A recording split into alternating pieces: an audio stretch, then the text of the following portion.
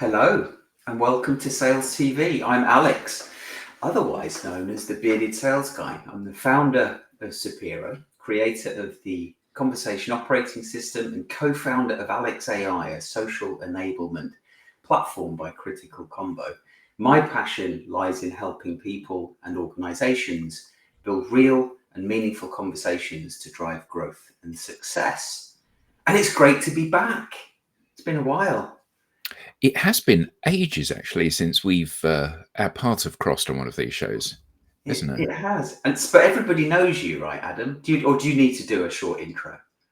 Hi, I'm Adam Gray. I'm co-founder of DLA Ignite. We're a social media management consultancy. Everybody doesn't like the bad penny. I keep cropping up. Brilliant. It's great to be alongside you today, sir. Likewise. So today is an incredible topic about scaling success. I'm excited to be joined by someone who has not only led teams, but has also helped businesses scale and thrive in a highly competitive industries.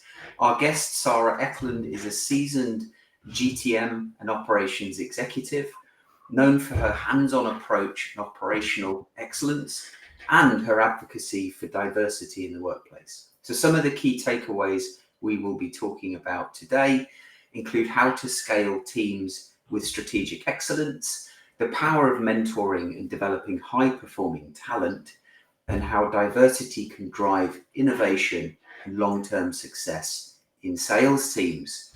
So let's dive into the conversation. Welcome, Sara. Good morning. Really nice to be here and really excited to chat with you guys. Brilliant. It's great to have you from the darkness of Helsinki in Finland. Yes, for sure. I do have my daylight lamp here beside me, so it looks lighter than it actually is. Brilliant.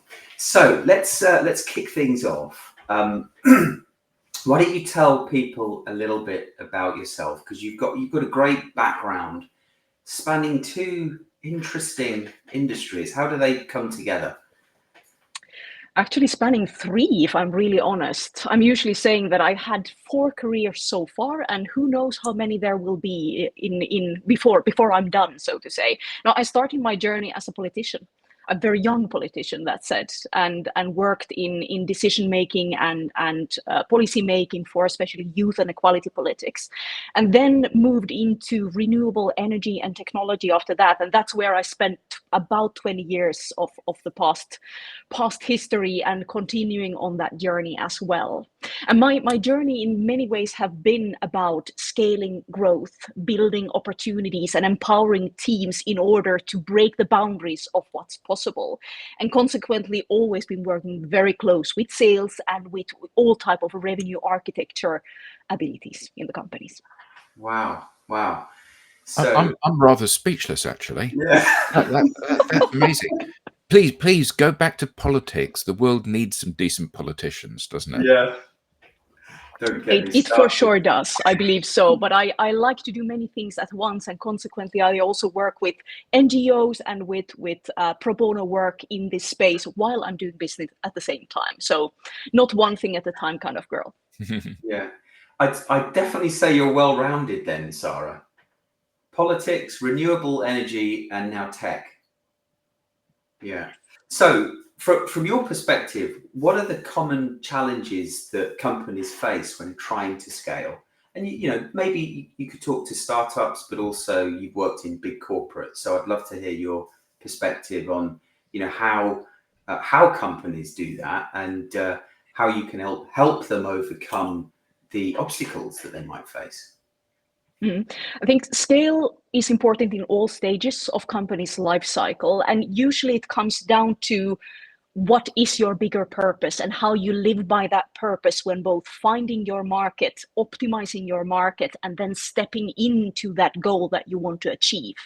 And all of that sounds maybe easy and good and fine, but as we all know as seasoned leaders, it is a challenge at all stages. And it's a lot about how clear you are on that purpose, how you build your strategy around it, and how you empower your people and your processes and your tools to align with that strategy at every step.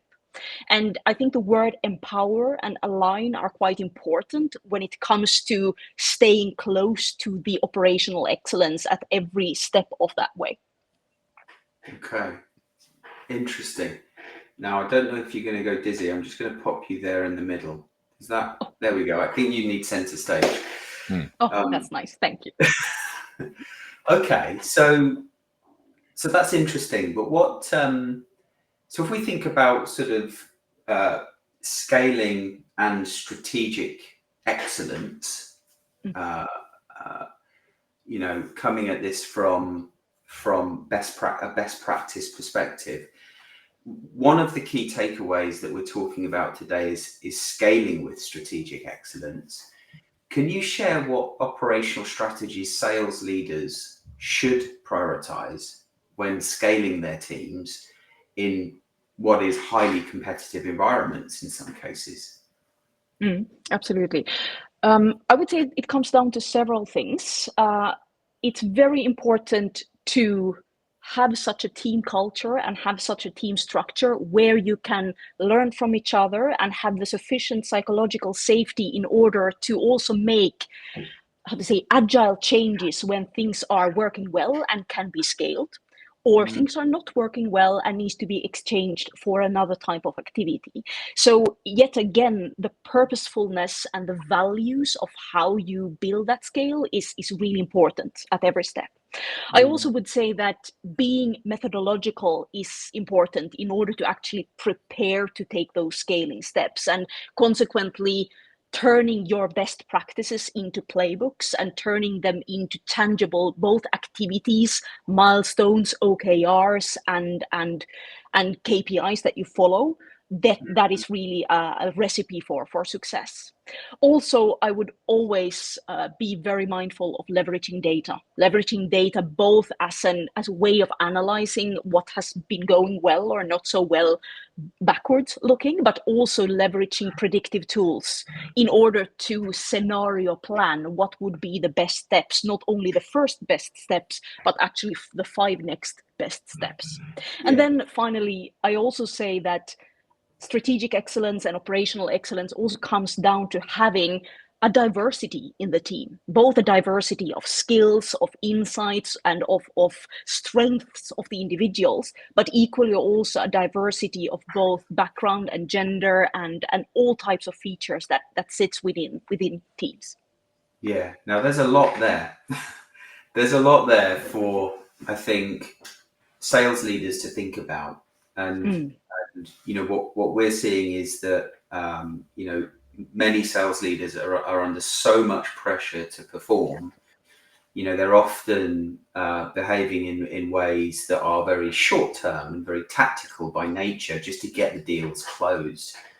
And so, how, you know, what advice can you give? What are your thoughts on how to maintain strategic excellence when, you know, in some cases their livelihood is at stake, their job is on the line? Of course, and I completely both understand and underline the challenge in all of that. And at the same time, I also believe that working both tactically really excellently, as well as also looking forward, it's a recipe for creating business in a good way. Because as we all know, and as you very well know as sales professionals, sales is not about only what you do today. It's also the pipeline and the excellence and the longevity that you create. So I think it goes into the concept of sales in itself. What I usually, if I'm bound to give just one advice, I would say that keeping an eye on the so-called sales equation and focusing on a few key metrics in that in order to tweak both your tactical excellence as well as also your leading indicators, that's definitely something to keep in mind. And if I would go even more specific in the sales equation, what we can see in today's sales motions, we know that multi-threaded sales is something that have a direct impact, not only on the sales velocity in the now, but also impact on how well the deals progress in the future, and how you create customer retention and net retention that is building the baseline for your company. So I think if you choose some of those key metrics and follow them, empower them, coach for them, that's also when you can see a longitudinal impact. Yeah. If I can just pick up on what Alex said and explore that a little bit, because we get to talk to a lot of different sales leaders, and as Alex said, one universal truth seems to be that everybody's under a lot of pressure at the moment. The sales landscape has changed, and the things they used to do are not working the way they used to work. And in many cases, the concept of a strategic plan for sales, actually that's out of the window because we're worried about making our number this quarter. And do sales leaders not run the risk of saying, okay, my top performing salesperson is Alex. He's a man and he's got a beard. Therefore, I'm looking for lots of men that have beards to be salespeople because that's the model that works in this industry. Now, I'm being silly when I say a man with a beard, but you know what I mean. We're looking for specific skills that are delivering value now. And that's absolutely the opposite of what you're looking for when you're trying to build a diverse team. You need women, you need people of different ethnicities and sexual orientations, because actually not everyone in the world looks like me. And therefore, having a bunch of bearded people with no hair that are selling stuff means that it works well selling to people in my own image, but not necessarily everybody. So how do you maintain that diversity and richness of a sales team when only one specific silo or sliver of that is working today? Absolutely. I think here it's both possible to lean on what data tells us in terms of the value of diversity, but equally also leaning on the evolution of sales psychology and what we see in the market today. If I first speak a little bit about the statistics, we do know that diverse teams have a higher probability of outperforming on a larger scale. We also know that there is a higher degree of innovation and higher degree of how to say, confidence to bring diverse ideas to the plate and to the table, and consequently coming up with good solutions that then can be created into a methodology and scaled across. And we know that there also is an impact on the how to say, bottom line and the financial final line in the companies. And I can share a lot of statistics both from McKinsey and Boston Consulting Group, Credit Suisse, and many others. Now, that's all good and fine. When one then looks at the teams in themselves and what this means, I also like to kind of broaden the spectrum of what the market is looking like today. Who are the buying personas, and what are these buying personas looking for? And as we know it, the buying personas in the companies have become more diverse. And we have decision makers and role holders that both sit on the sponsoring power, as well as also the final budget and decision-making power. And in order to respond to these personas' needs, creating a strong dialogue, focusing on the value that the solution can create, and also focusing on the relationship that then can bring retention and expansion, that's really where the big buck lie. And I like reading, and I like reading about these topics. And I think the Jolt Effect is a really cool book that touches upon the changing landscape in sales and speaking to this relationship between fear of messing up and fear of missing out. And I think there is something interesting about those two acronyms, because it doesn't only apply to how we want to serve our customers and how we want to create a sense of security and a sense of interest, but it also applies to our teams. We need to be less afraid of messing up in terms of going diverse.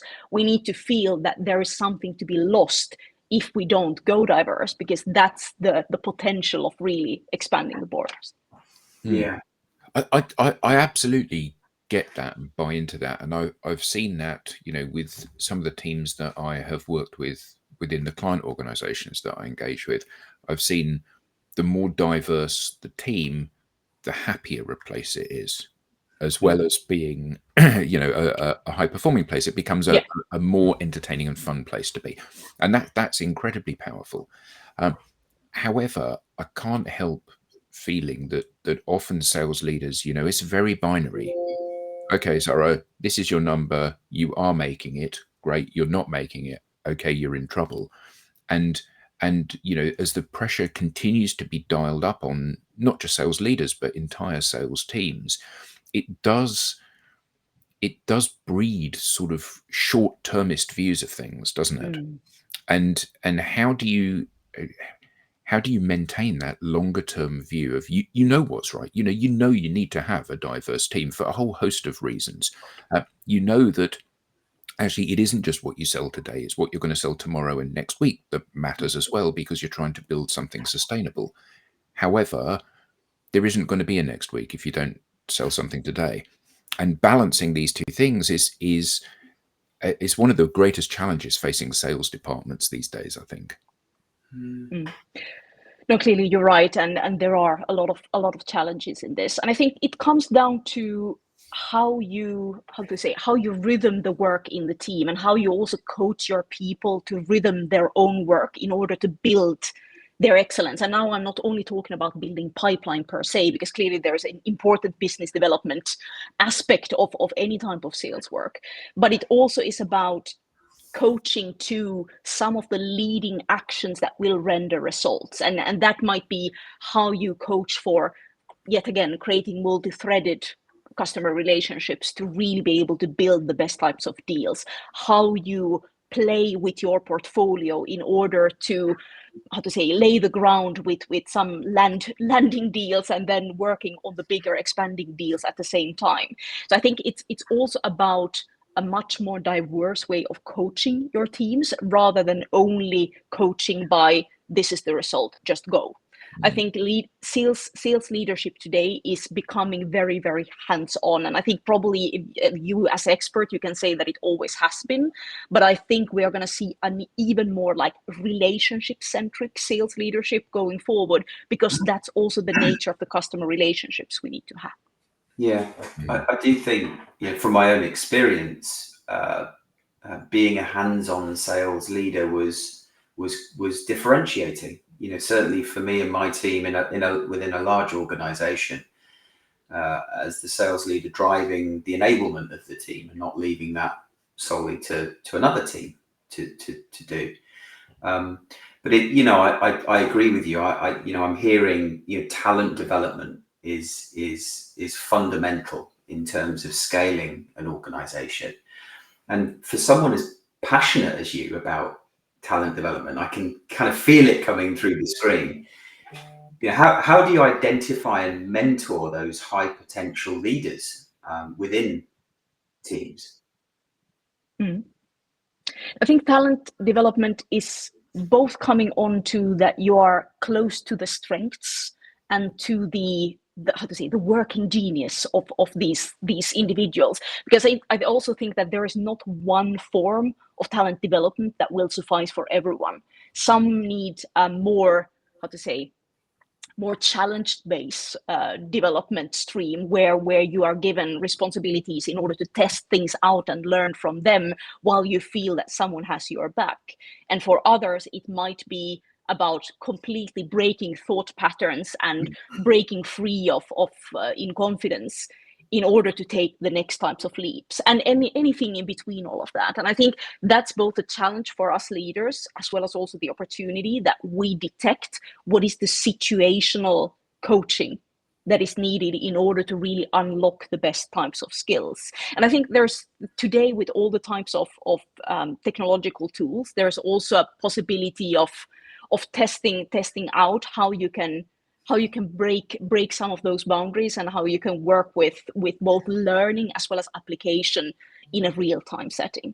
So I'm quite positive in the face of what lies ahead, and I think a curiosity is what is needed from the leaders in order to really be able to lift the potential of their individuals and their teams.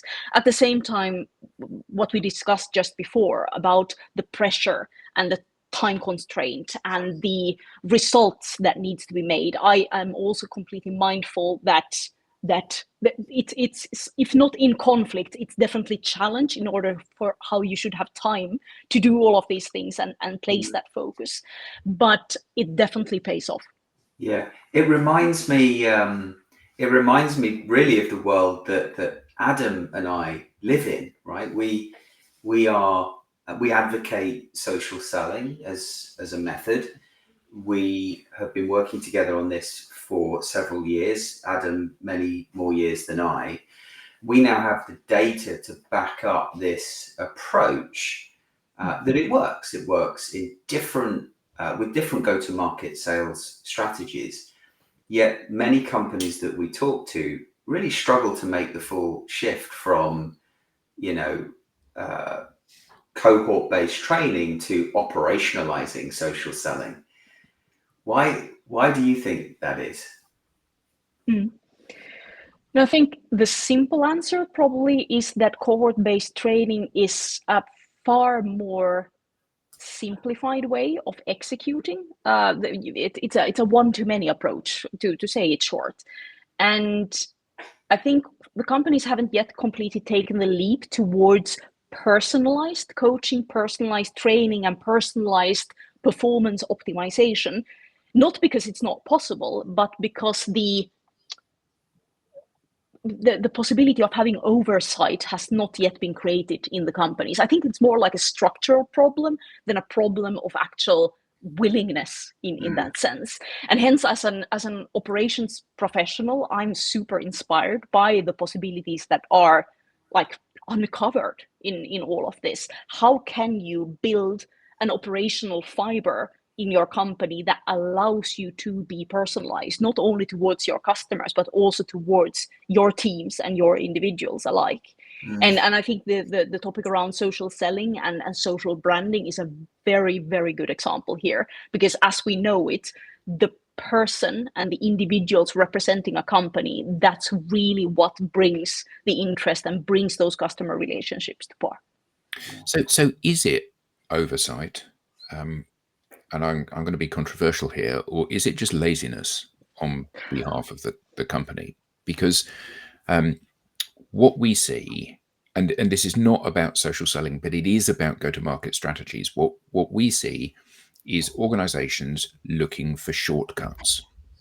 Now, when you're selling anything which is complex and strategic and high value, the most important thing is that I have a relationship with you, the buyer.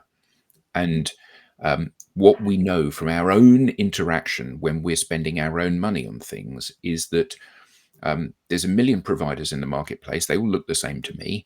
Why am I going to listen to you? Why am I going to read your brochure, in quotes? Well, I'm going to read your brochure because I know you and like you. Why am I going to believe what your brochure says? Because I like you and trust you. So the key is to unlock relationship and trust between the buyer and the seller. However, what we see is that technology is driving an ever larger wedge between these two things. The idea that I will use AI or automation to farm people. I, as a buyer, do not want to be farmed by you, the seller. What I want is to be engaged and spoken to like a person by you, the seller. Yet businesses have so many instances where this is not even on their radar because they're trying to add that scale.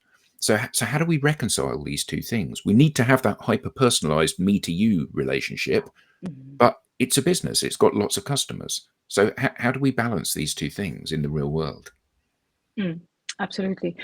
I think what technology and all types of revenue intelligence systems provide today is a possibility of automating a good deal of transactional tasks and a good deal of like in the now analytical tasks as well. And that, of course, gives an extra layer of productivity into the, as you said, the farming. I would maybe refrain from using that term, but I think it's a good one to really like point it out what it is. because in the end, when it comes to using these data analytical tools and transactionally automating tools, that gives a possibility of seeing what the portfolio entails, what is going on, what are the next best actions, what are the risks, what are the potentials, and what is the mix that we need to harness. And ideally, that means that it leaves more space and time for the individual to do the relationship work, to keep on strong and high quality dialogues, do discovery and discuss about how to drive value in the best possible way. And I when people ask me, I say that I'm a highly AI positive executive and individual, because I definitely believe in the extra oomph that it creates in order for us to be really human with other humans. Yeah. I think we've come to time now, Sara. We're going to have to wrap things up. This has been fantastic. Thank you. Yeah. How can our audience learn more about your work and stay connected with you, especially with the work that you're doing around your leadership role and Diamenten, if I've pronounced that correctly, and your work with startups?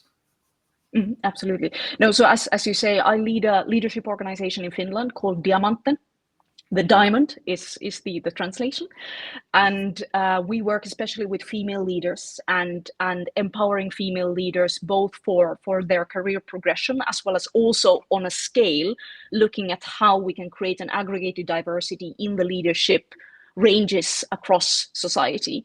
And I'm quite active on social media about these topics, and also quite active in speaking about these things in media as well as in social media in general. So please connect with me, and I'm happy to continue the dialogue, because we are really keen and interested in this topic, not only in the Nordic context, but really also in the global one. Relating to startups, I have currently the joy of being a co-founder and a fractional COO at a startup, and I'm really excited about this journey. And this is actually the fourth career that I was mentioning in the beginning. And one of the exciting dimensions also with this is not only to build something from the start and the get-go, but also be able to contribute to being one of many, but I hopefully also a growing amount of women in this space, because we still know that the startup space is quite homogeneous in many ways, and there is a lot to be done in order to show that this is a really exciting and possible route for everyone who likes it. Fantastic. Look, I wish you every success this career and your fourth career. Thank you, Sara. Thank you, Adam. Until next time on SalesTV, have a great week. Thank you.